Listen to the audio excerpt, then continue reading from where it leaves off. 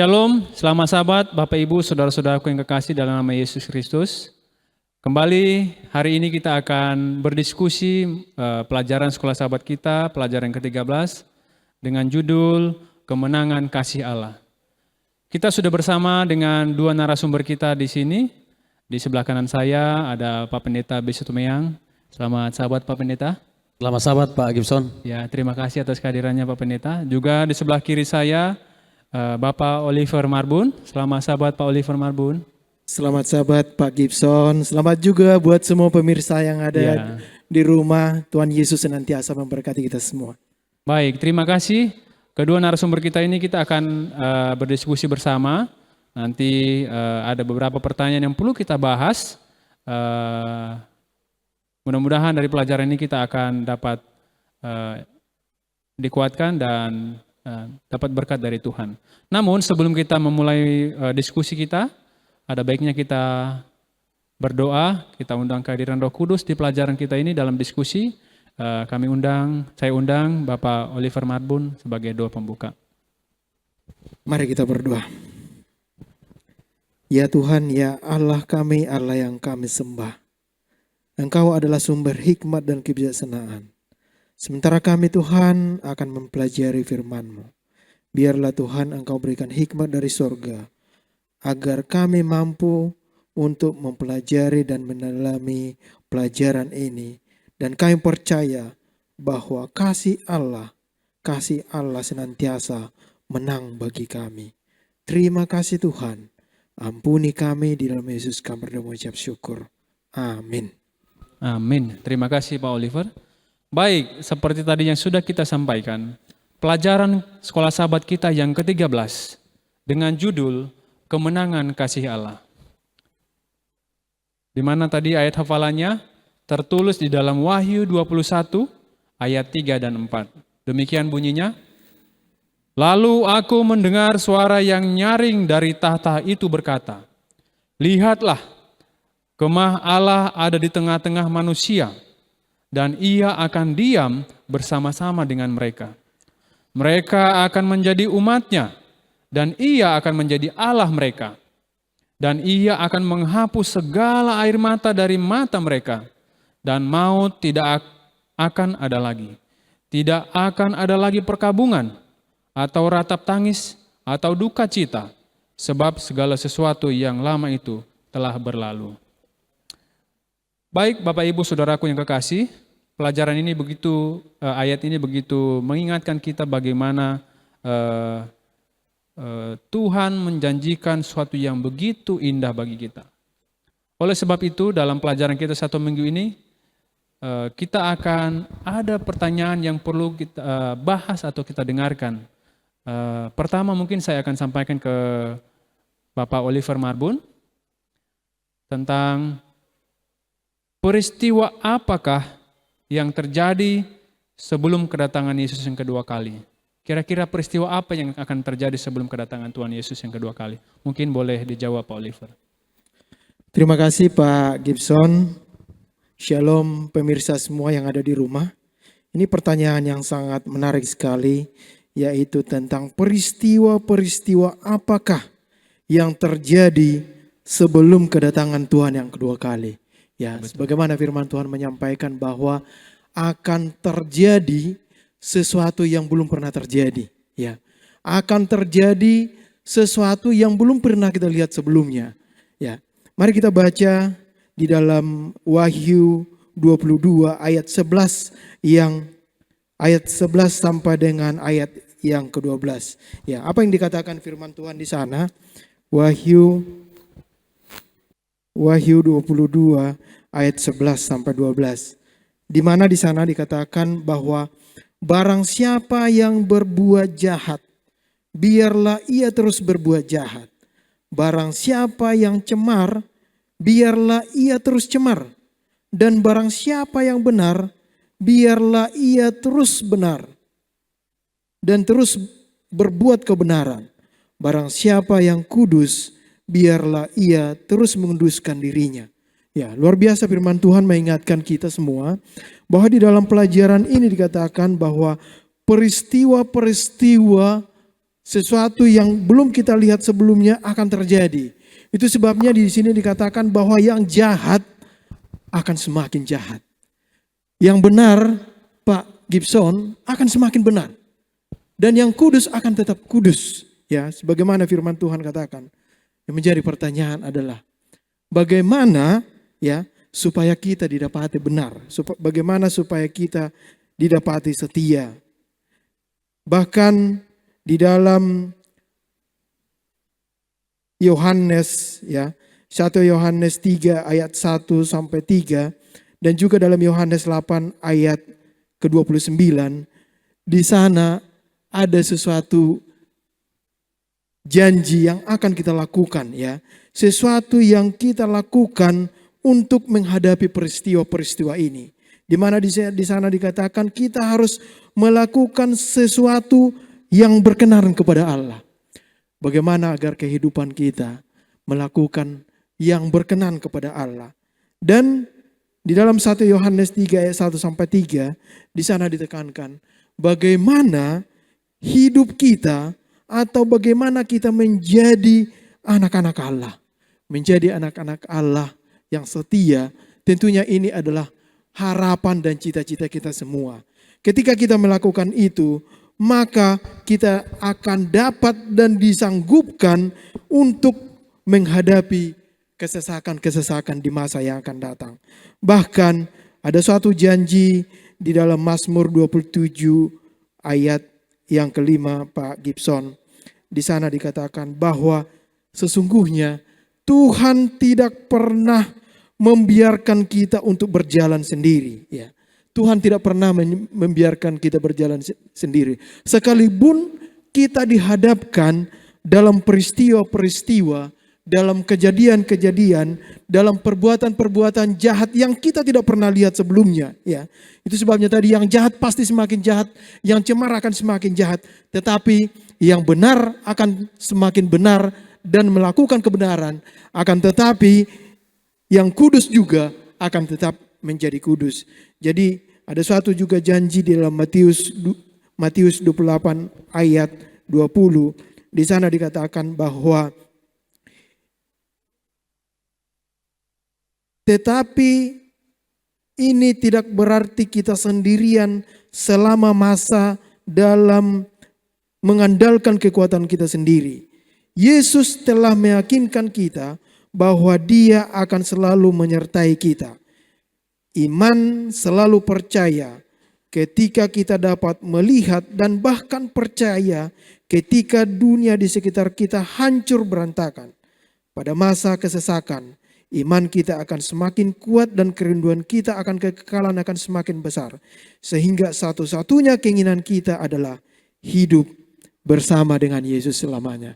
Jadi itulah peristiwa-peristiwa yang akan terjadi pada saat ataupun sebelum kedatangan Tuhan yang kedua kali. Jadi mari kita persiapkan diri kita. Demikian Pak Gibson, terima kasih. Baik, terima kasih, luar biasa ya. Kalau kita dengarkan tadi berarti ada sebuah proses yang akan kita hadapi, sebuah pemurnian. Artinya yang tidak terjadi secara tiba-tiba ya Pak ya. Kalau manusia itu akan berproses sampai akhirnya menjadi bertahan sampai kedatangan Yesus yang kedua kali. Baik, bagaimana kalau dari Pak Pendeta kira-kira mengenai peristiwa-peristiwa yang terjadi sebelum kedatangan Yesus yang kedua kali? Boleh disampaikan Pak Pendeta. Terima kasih. Baik, terima kasih umat Tuhan yang dikasihi Pak Gibson. Terima kasih pertanyaannya. Peristiwa-peristiwa apakah yang terjadi sebelum kedatangan Yesus kedua kali? Tadi Pak Ketua, Pak Oliver sudah sampaikan. Ya, orang yang baik akan semakin baik, orang yang jahat semakin jahat. Artinya ada pintu kasihan tertutup ya. Ketika pintu kasihan tertutup, yang baik akan semakin baik, tapi yang jahat akan semakin jahat. Tapi ada peristiwa yang lain yang akan terjadi menjelang kedatangan Yesus kedua kali. Kalau kita baca itu di Daniel 12 ya. Ini sangat luar biasa kita sebagai orang Kristen memiliki Alkitab yang sebelum terjadi tapi sudah dinubuatkan. Dan itulah yang akan terjadi. Daniel di situ jelas di dalam Daniel pasal 12 akhir zaman. Dia tulis dengan baik akhir zaman, peristiwa akhir zaman. Di ayat 1 dikatakan, pada waktu itu juga akan muncul Mikael, Pemimpin besar itu, siapa Mikael? Adalah Yesus. Yang akan mendampingi anak-anak bangsamu. Dan akan ada suatu waktu kesesakan yang besar. Seperti yang belum pernah terjadi sejak ada bangsa-bangsa sampai kepada waktu itu. Jadi katakan di sini menjelang kedatangan Yesus kedua kali akan terjadi suatu kesesakan yang besar. Ya, saking besarnya peristiwa ini tidak pernah terjadi sebelumnya. Inilah luar biasa. Jadi kita bisa bayangkan kalau kita mengalami penderitaan hari ini tidak seberapa dibandingkan yang akan terjadi menjelang kedatangan Yesus kedua kali. Dilanjutkan ayat itu, tetapi pada waktu itu bangsamu akan terluput, yakni barang siapa yang didapati namanya tertulis dalam kitab, dalam Alkitab itu. Artinya apa saudara? Walaupun kesesakan yang sangat besar terjadi, tapi ada jaminan umat Tuhan tidak perlu takut. Karena apa? Tuhan memelihara. Ya, pada akhir zaman menjelang kedatangan Yesus kali akan terjadi kesesakan yang luar biasa. Dikatakan, apa saja itu? Ya, kalau kita belajar kepada firman Tuhan di Wahyu pasal 16, ya, di Wahyu pasal 16 selain kesesakan besar itu ada terjadi malapetaka, Pak Gibson. Oh, gitu. Ada 7 malapetaka yang akan terjadi menjelang kedatangan Yesus. Seperti yang pernah terjadi kepada bangsa Israel ketika mereka mau keluar dari Mesir. Ya kan? Ketika Firaun masih menahan-nahan, akhirnya Tuhan harus menjatuhkan tulah kepada mereka. Ada 10 tulah. Baru pada akhirnya Firaun melepaskan bangsa Israel keluar. Demikian juga menjelang kedatangan kedua kali.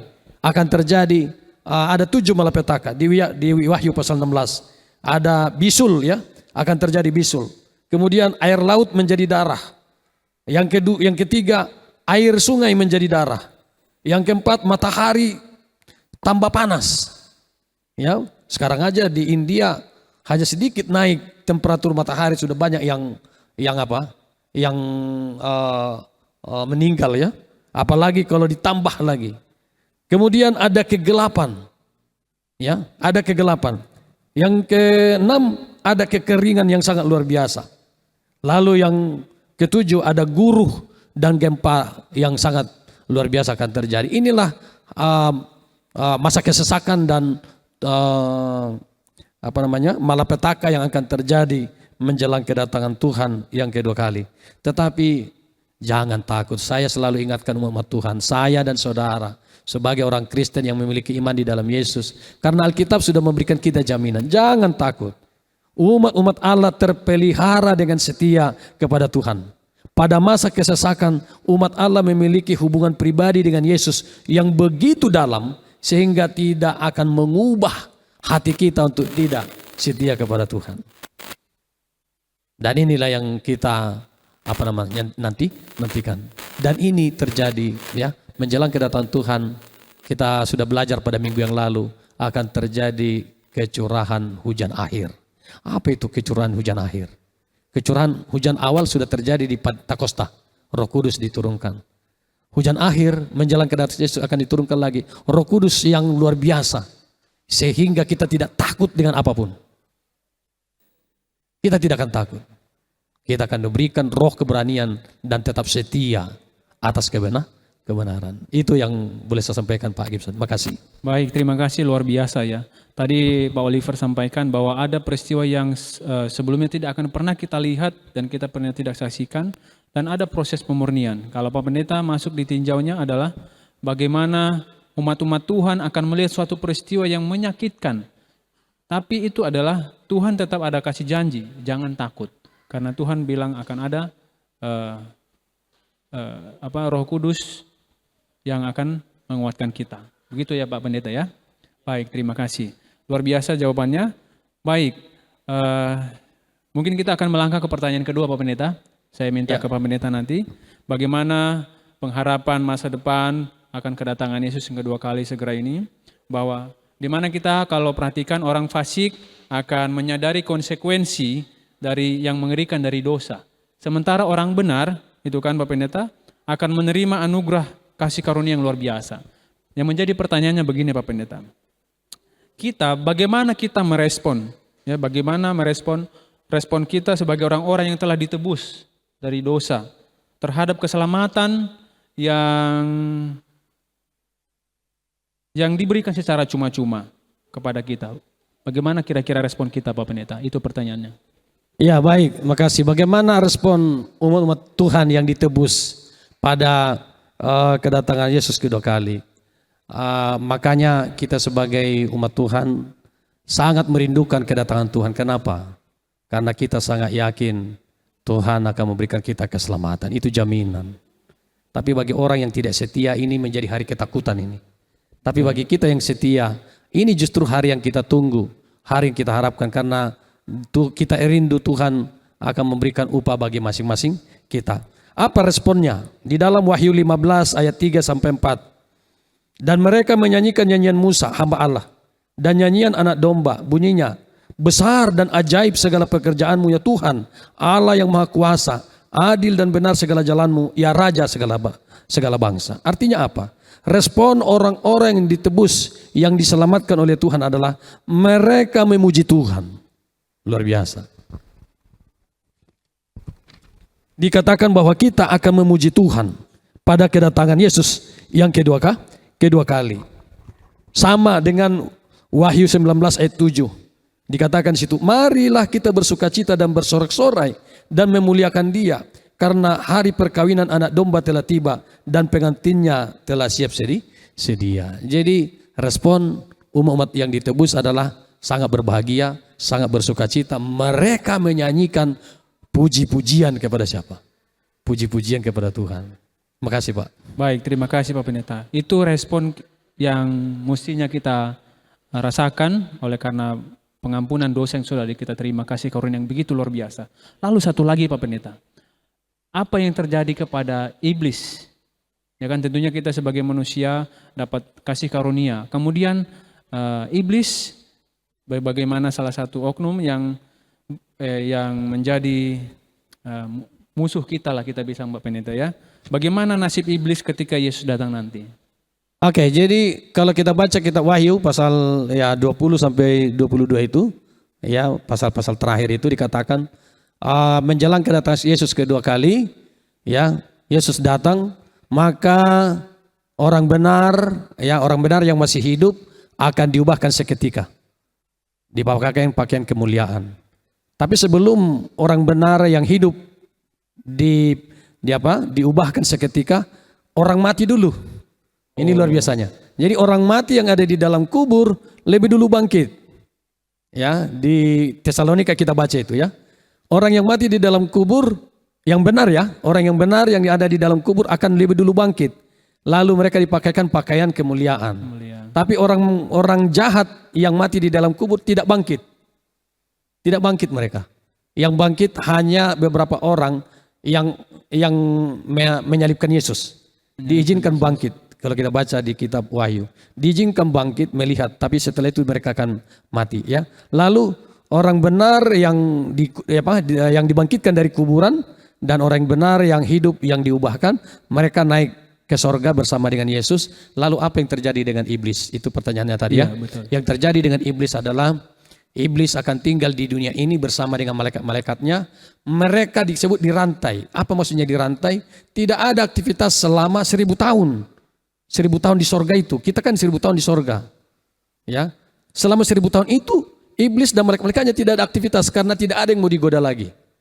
Karena manusia jahat yang hidup waktu itu sudah mati, dibinasakan. Mereka mati di dalam kubur. Yang orang yang mati di dalam kubur yang jahat tidak bangkit. Jadi tidak ada manusia yang hidup. Yang ada adalah iblis dan malaikatnya dan tidak ada aktivitas. Mereka dirantai disebut sampai 1000 tahun. Itu yang terjadi Pak. Luar biasa. Ya. Nanti kebinasaan setelah kedatangan ketiga kali. Ya, boleh saya sambung sedikit lagi ya. Jadi iblis itu kapan dibinasakan? Yaitu setelah 1000 tahun di sorga.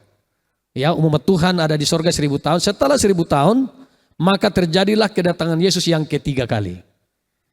Ketika Tuhan Yesus bersama dengan orang-orang yang selamat datang ke dunia ini, lalu orang yang mati di dalam kubur yang jahat tadi dibangkitkan. Lalu dia bersama-sama dengan iblis dan malaikat-malaikatnya. Lalu mereka mau menyerang, kalau kita baca kitab Wahyu. Mereka mau menyerang Yesus dan malaikat-malaikat dan umat Tuhan yang turun dari mana? Di sorga.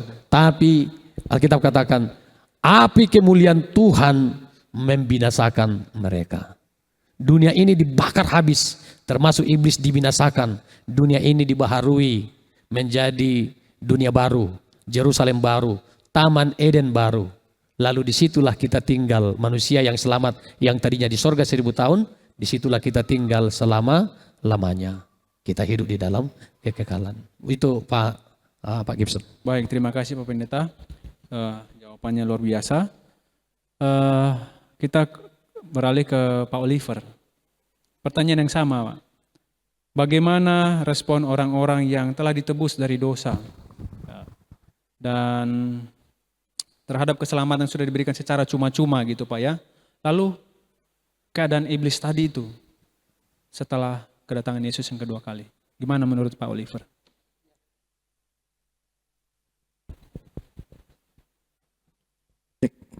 Terima kasih Pak Gibson atas pertanyaannya.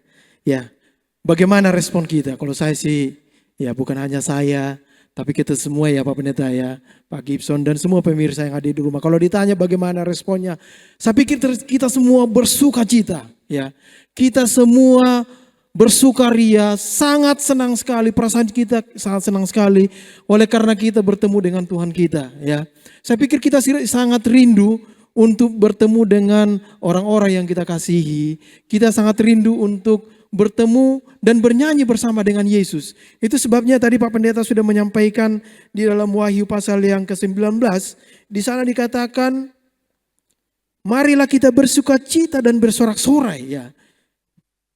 Dan muliakanlah Dia. Kita puji Tuhan, kita nyanyikan lagu yang menjadi kemuliaan bagi Tuhan bersama-sama dengan Dia.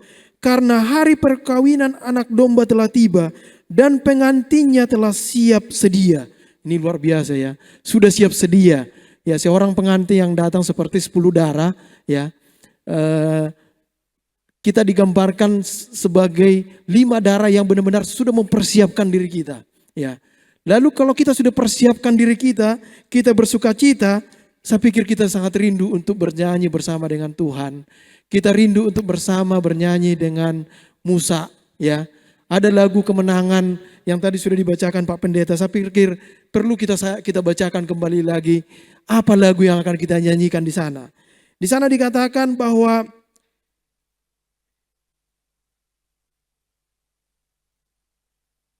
di dalam Wahyu pasal yang ke-15 di sana dikatakan besar dan ajaiblah pekerjaanmu ya. Besar dan ajaiblah pekerjaanmu ya Tuhan. Itulah ayat lagu yang akan kita nyanyikan, lagu yang kita nyanyikan. Allah yang maha kuasa, Allah yang adil, Allah yang benar segala jalanmu. Ya Raja segala bangsa, ya. Siapakah yang tidak takut ya Tuhan dan yang tidak memuliakan namamu? Sebab Engkau sajalah yang kudus, karena semua bangsa akan datang dan sujud untuk menyembah Engkau, sebab telah nyata kebenaran segala penghakimanmu. Ini adalah lagu yang kita rindukan Pak Gibson. Saya pikir kalau kita menyanyikan ini suatu saat nanti bersama dengan Musa, bersama dengan orang-orang percaya, inilah kebahagiaan sejati yang tidak ternilai harganya ya. Itu sebabnya ya bagaimana caranya kita mempersiapkan hati kita, oleh karena segala sesuatu yang kita lakukan ada upahnya ya. Segala sesuatu yang kita kerjakan kita akan menerima upahnya. Apa yang kita tuai itulah sesungguhnya, apa yang kita tanam itulah sesungguhnya nanti yang kita tuai ya. Kalau kita memang menanamkan kebaikan, maka kita percaya akan kebaikan nanti yang kita dapat. Dan kita akan mendapatkan janji Tuhan itu. Itu sebabnya sekiranya kita bisa belajar, sekiranya kita berdoa kepada Tuhan, agar Tuhan menolong kita untuk lebih belajar lebih dalam lagi untuk dekat kepadanya. Maka kita percaya dengan kasih karunia-Nya, maka Dia akan mencatatkan nama kita di dalam buku kehidupan. Dan itulah sesungguhnya yang akan menjadi upah kita. Upah orang-orang yang percaya kepada Tuhan. Lalu tadi pertanyaan selanjutnya dari Pak Gibson ya. Apa yang menjadi ya upah dari iblis itu, atau bagaimanakah nasib si iblis itu ketika Yesus datang kembali. Ya, tadi Pak Pendeta sudah menyampaikan bahwa di sana dikatakan di dalam Wahyu 20 ayat 1 sampai 3, ya saya baca sekali lagi Wahyu 20 ayat 1 sampai 3. Di sana jelas memberikan gambaran bahwa di sana dikatakan, lalu aku melihat seorang malaikat turun dari sorga, memegang kunci jurang maut dan suatu rantai besar di tangannya. Ia menangkap naga si ular tua itu, si iblis dan setan, ya. Dan ia akan mengikatnya 1000 tahun lamanya. Ia melemparkannya ke dalam jurang maut dan menutup jurang maut itu dan memeteraikannya di atasnya, supaya ia jangan lagi menyesatkan bangsa-bangsa sebelum berakhir masa 1000 tahun itu. Kemudian daripada itu ia akan dilepaskan untuk sedikit waktu lamanya. Kalau kita membaca ayat berikutnya Pak Gibson, ya, maka dia akan, ya, setelah dibelenggu dia, ya, itu arti secara harafiah, tetapi setelah dia dilepaskan dari kegelapan, setelah dia dilepaskan, maka dia akan melawan atau berperang melawan orang-orang benar itu. Kalau kita baca di ayat-ayat berikutnya, di sana dikatakan, maka Allah yang kita sembah itu, dia akan mengirimkan api untuk menghanguskan mereka. Jadi sangat luar biasa. Itu sebabnya Pak Gibson, ya, upah dosa itu adalah maut. Kalau kita sudah tahu upah dosa itu adalah maut, harusnya kebaikanlah yang kita pikirkan. Buah kebaikanlah yang harus kita hidupkan dalam kehidupan kita sehari. Jadi untuk itu Pak Gibson, menjadi pelajaran kita dari pertanyaan yang tadi, ya, mari kita rindu untuk bertemu dengan Tuhan kita, bertemu dengan anak domba itu, bertemu dengan Musa, bertemu dengan orang percaya, dan mari kita jauhi segala kejahatan, oleh karena upah dosa itu sesungguhnya adalah maut. Demikian Pak Gibson. Baik, terima kasih Pak Oliver. Jadi pertanyaan yang sudah kita bahas tadi itu sebenarnya sudah masuk ke pelajaran yang ketiga juga, ini agak menyinggung sedikit. Di mana tadi awalnya kita peristiwa-peristiwa kedatangan Yesus yang kedua kali, sebelum kedatangan Yesus yang kedua kali, kemudian bagaimana respon kita dan keadaan iblis. Nah, sekarang pertanyaan yang ketiga nih. Sebelum Pak Pendeta nanti saya mungkin ke Pak Oliver dulu. Pertanyaan yang ketiga ini, kan kalau kita lihat tadi itu bahwa pada milenium itu yang 1000 tahun itu Pak Pendeta, ya iblis yang dibelenggu. Nah, sampai kapan ini? Nah, bagaimana kehancuran akhir dari dosa, ya, dan orang-orang berdosa ini, bagaimana kehancurannya? Lalu kita yang benar atau orang yang benar itu apa yang didapatkan pada akhirnya? Kira-kira begitu pertanyaannya, ya. Saya pertama dari Pak Oliver. Ya. Boleh. Terima kasih Pak Gibson, ini pertanyaan yang sangat bagus sekali, ya, yang aplikatif dalam kehidupan kita saat ini. Pertanyaannya tadi, apa yang menjadi, ya, bagaimana kehancuran akhir dari dosa dan orang-orang berdosa dan pahala bagi orang benar, ya. Jadi ada upah bagi orang berdosa dan ada pahala bagi orang-orang benar, ya.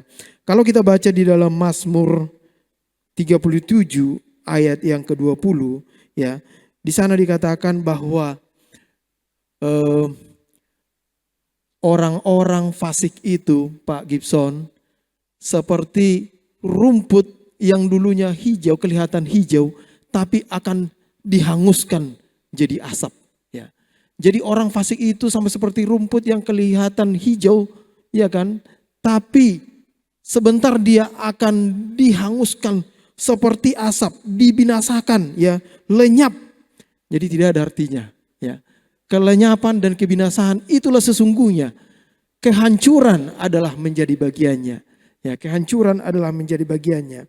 Itu sebabnya ketika dia mendapatkan upah kehancuran, lalu apa yang menjadi pahala bagi orang benar? Ya, apa yang menjadi upah? Apa yang menjadi upah? Saya tertarik membaca di dalam Maleakhi 4 ayat 1 dan 2. Di sana dikatakan bahwa sesungguhnya hari itu datang,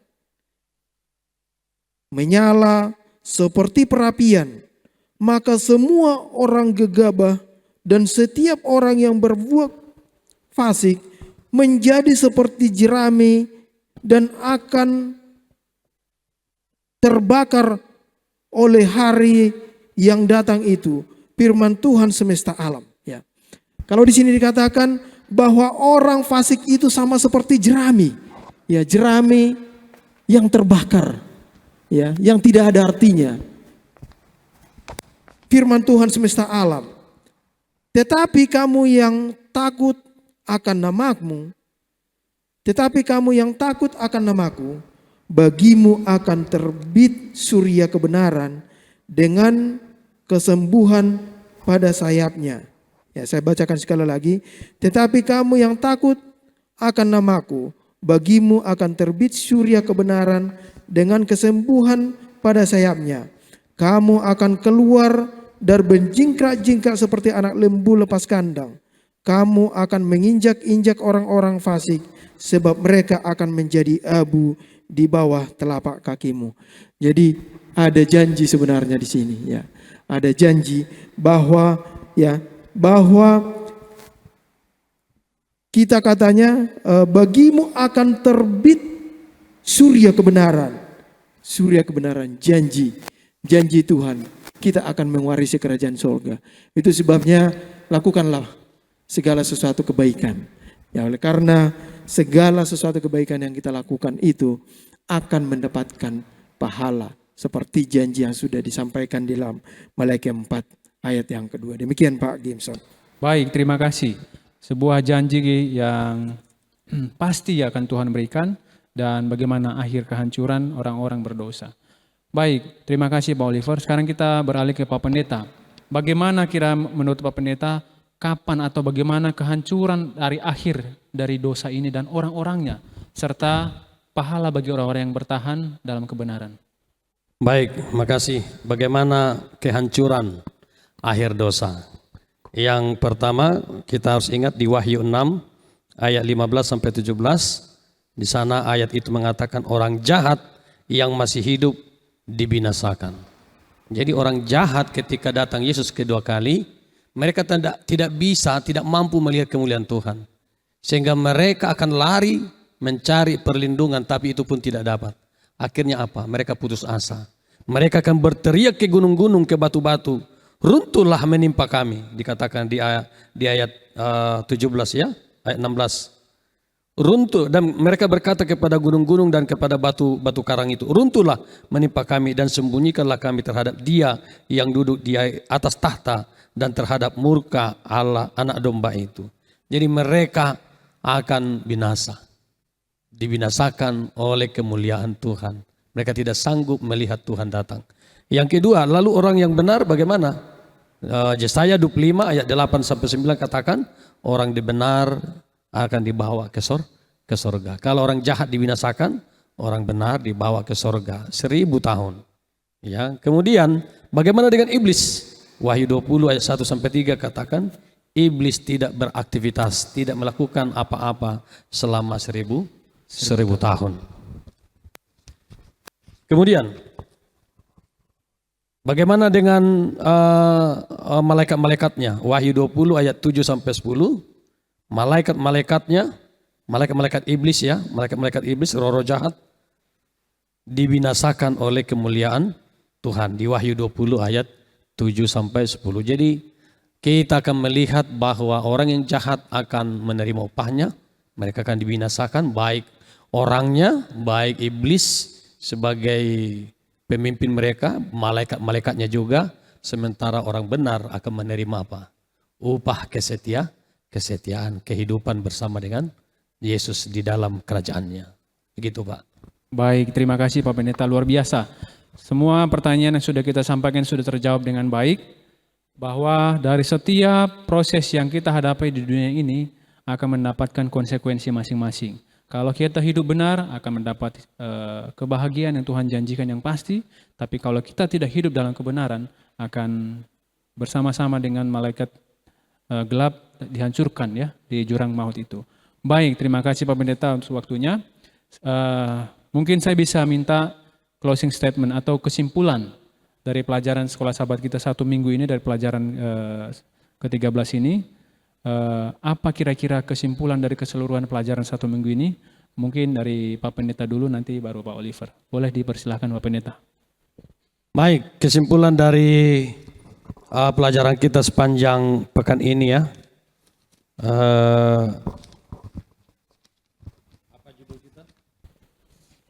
Kemenangan kasih Allah. Kemenangan kasih Allah. Kemenangan kasih Allah. Jadi kesimpulannya adalah bahwa karena kasih Tuhan kita menang. Ya, karena kasih sayang Tuhan, hanya karena kasih sayang Tuhan, bukan karena kita hebat. Sangat luar biasa. Itu yang pertama. Yang kedua adalah bahwa sepanjang minggu ini kita sudah melihat apa yang akan terjadi di masa yang akan datang. Ada nubuatannya, sangat jelas. Sehingga kita tidak akan kaget. Ya, kita tidak akan terkejut apapun karena kita sudah tahu akan ke sana arahnya. Dikatakan bahwa akan terjadi masa kesusahan. Kesusahan yang belum pernah terjadi. Jadi kalau kita merasa ada kesusahan waktu Covid kemarin, Ya, belum itu ada tidak seberapa. Ini lebih lah dari situ. Lebih Tapi lagi. ada jaminan, jangan takut. Umat Tuhan akan dipelihara oleh Tuhan. Yang kedua, maka terjadilah kedatangan Yesus yang kedua kali. Yang ketiga apa? Penghakiman eksekutif di surga selama 1000 tahun. Apa itu maksudnya penghakiman eksekutif? Siapa hakimnya? Kita. Orang-orang yang ditebus yang masuk surga. Kita akan hakim, menjadi hakim. Apa sih yang dihakimi? Saya akan bertanya Pak Gibson. Ya, atau Bapak lah misalnya masuk surga nanti. Bapak akan tanya, Tuhan Yesus, kok pendeta Stumeang tak ada di surga ini? Kenapa? Itu pendeta kami itu waktu di Kayu Putih. Maka Tuhan akan perlihatkan kehidupan pendeta Stumeang. Kenapa dia tidak ada di surga? Sehingga kita akan katakan, oh layaklah dia menerima hukuman itu. Jadi pertanyaan kita tentang seseorang kenapa tidak ada di sini, lalu kenapa dia ada di sini, Tuhan akan jawab.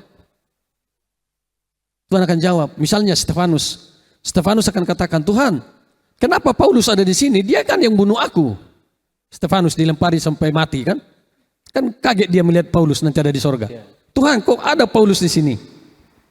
Dia kan yang lempari aku sampai mati. Maka Tuhan akan tunjukkan kehidupan Paulus yang bertobat. Lalu Stefanus akan katakan, layaklah dia menerima apa? Keselamatan. Jadi kita akan menghakimi siapa-siapa yang kita kenal. Kenapa dia ada di sini? Kenapa dia tidak ada di sini? Tuhan akan buka semua. 1000 Ya, tahun baik, itu ya kehidupannya yang baik maupun yang jahat selama 1000 tahun. Yang lalu yang terakhir adalah dunia ini akan dipulihkan. Segalanya, alam semesta ini akan dipulihkan.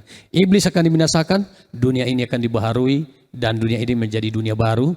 Kita akan tinggal di sini selama-lamanya setelah dari surga. Mungkin itu Pak. Jadi oleh karena itu luar biasa kita sebagai umat Tuhan tetaplah setia. Ya, pegang firman Tuhan menjadi menjadi kunci bagi kita. Karena sebenarnya itu kuncinya. Karena kita sudah tahu semua. Yang memenangkan pertandingan ini kita tahu adalah Tuhan. Maka jangan beralih kepada yang lain. Kalau kita sudah tahu yang menang Tuhan, ngapain lagi kepada yang lain? Walau memang kita harus menghadapi banyak tantangan kehidupan. Tapi itu pun Tuhan berjanji tidak meninggalkan kita dan tidak membiarkan kita sendiri. Mungkin itu Pak, makasih banyak. Baik, terima kasih, luar biasa janji yang kita dengarkan bahwa semua pada akhirnya akan indah kalau kita tetap setia kepada Tuhan. Baik, mungkin dari Pak Oliver boleh berikan sedikit kesimpulan supaya buat pemirsa di rumah. Terima kasih Pak Gibson.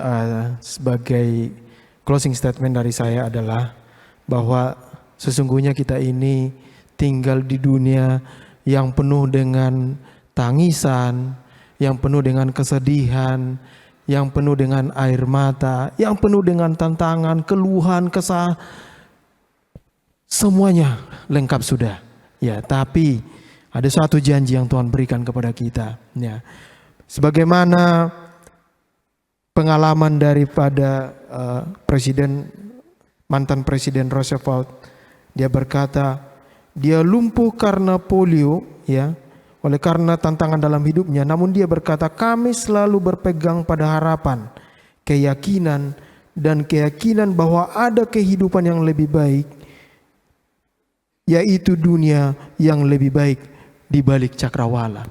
Jadi dalam segala pergumulannya yang diderita di masa hidupnya, dia menyampaikan pesan bahwa selalu ada harapan, ya, di balik cakrawala.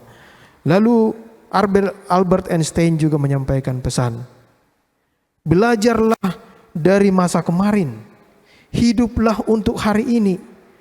Berharaplah untuk hari esok. Hari sebelumnya adalah waktu kita untuk belajar. Kalau memang ada kehidupan yang kita lakukan, perbuatan yang kita lakukan memang yang tidak berkenan kepada Tuhan, mari kita berubah. Oleh karena hari itu adalah hari kita untuk belajar. Ya, kita hanya bisa mengenal. Tetapi hari ini adalah hari yang benar-benar kita hidupkan yang baik, ya. Kita hidupkan yang baik.